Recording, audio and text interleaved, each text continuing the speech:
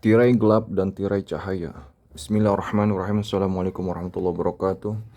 Dalam kitab Sirur Asra, Syekh Abdul Qadir Jalani menjelaskan tentang tirai gelap dan tirai cahaya.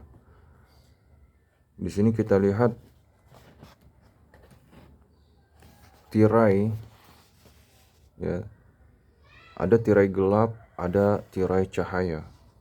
Ya, tirai gelap, kelalaian, kealpaan, kemudian kebodohan akan hakikat perintah ilahi, kemudian sombong, iri, dengki, dusta, dan lain-lain.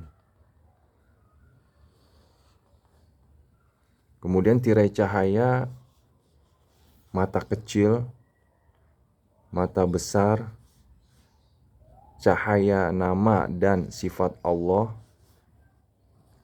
cahaya zat Allah.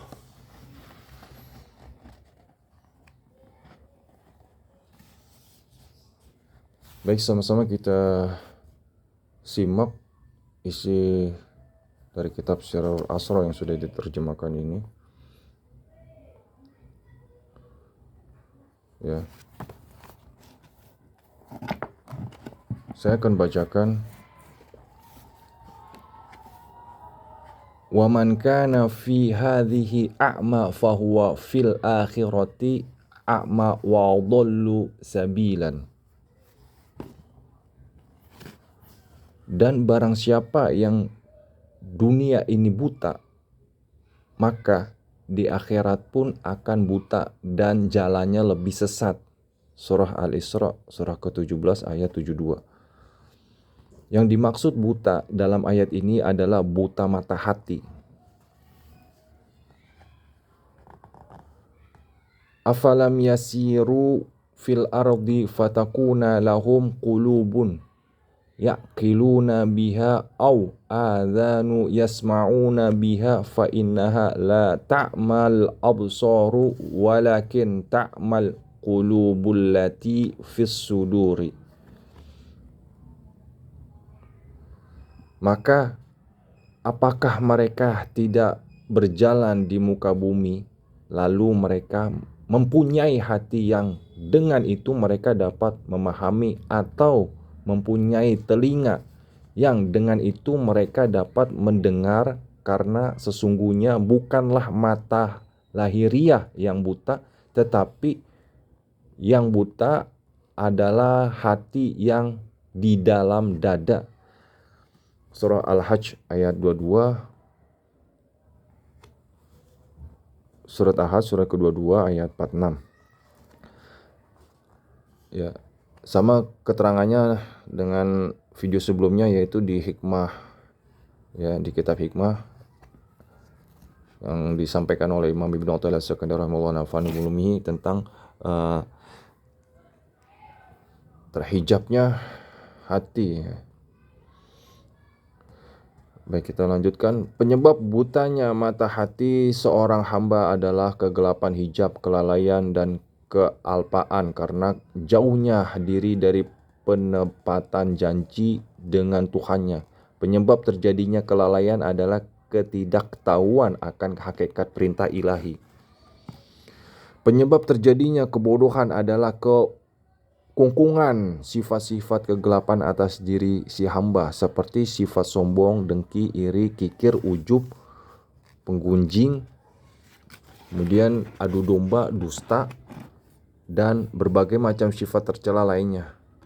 Sifat-sifat tercela inilah yang menjadi penyebab terperosoknya hamba ke tingkat paling bawah. Cara menghilangkan sifat-sifat tercela ini adalah dengan mengilapkan cermin hati dengan pengilap tauhid, ilmu, amal, dan mujahadah, baik lahir maupun batin. Dengan begitu akan tercapai hati yang hidup dengan cahaya asma dan sifat-sifat Allah, sehingga ia dapat mengingat negeri asalnya, merindukannya, kembali kepadanya, dan sampai di sana berkat pertolongan Allah yang Maha Pengasih. Setelah semua tirai kegelapan itu tersibak, maka yang ada adalah tirai-tirai cahaya sehingga si hamba akan mampu melihat dengan mata ruh sebagaimana ia akan disinari oleh cahaya nama-nama dan sifat-sifat Allah.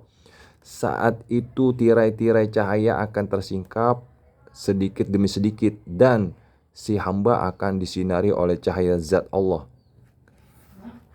Mata kecil dan mata besar. Perlu Anda ketahui bahwa hati memiliki dua mata, yaitu mata kecil dan mata besar. Mata kecil melihat semua tajalli sifat-sifat Allah dengan cahaya asma dan sifat-sifatnya sampai ke ujung alam derajat.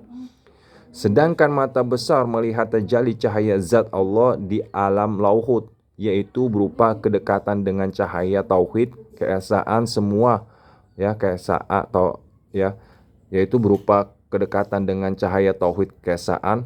Semua martabat ini baru dapat dicapai oleh manusia setelah kematian, atau dapat pula dicapai sebelum kematian dengan pencapaian fana dari kemanusiaan nafsani. Pengertian sampai kepada Allah sama sekali bukan seperti sampainya jism pada bentuk wadah tubuh manusia, atau seperti sampainya pengetahuan pada sesuatu yang diketahui, atau seperti akal pikiran pada sesuatu yang dipikirkan, dan tidak pula seperti dugaan pada sesuatu yang diduga. Ya, artinya pikiran kita belum tentu bisa menjangkaunya, tidak sampai, namun bisa menggambarkan.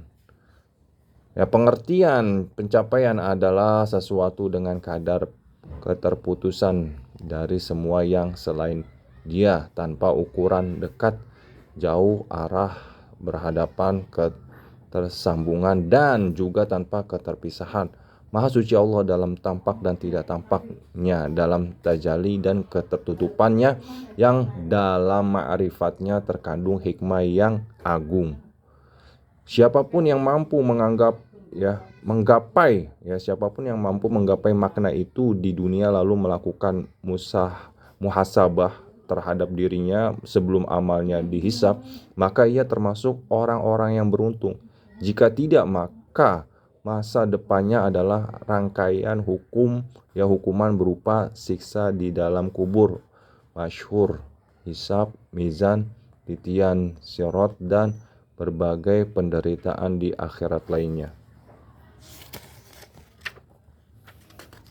Inilah keterangan tentang tirai gelap dan tirai cahaya. Mudah-mudahan bisa bermanfaat dan kita mendapat hikmah dari kitab ini. Wabillahi taufiq wal hidayah. Wassalamualaikum warahmatullahi wabarakatuh.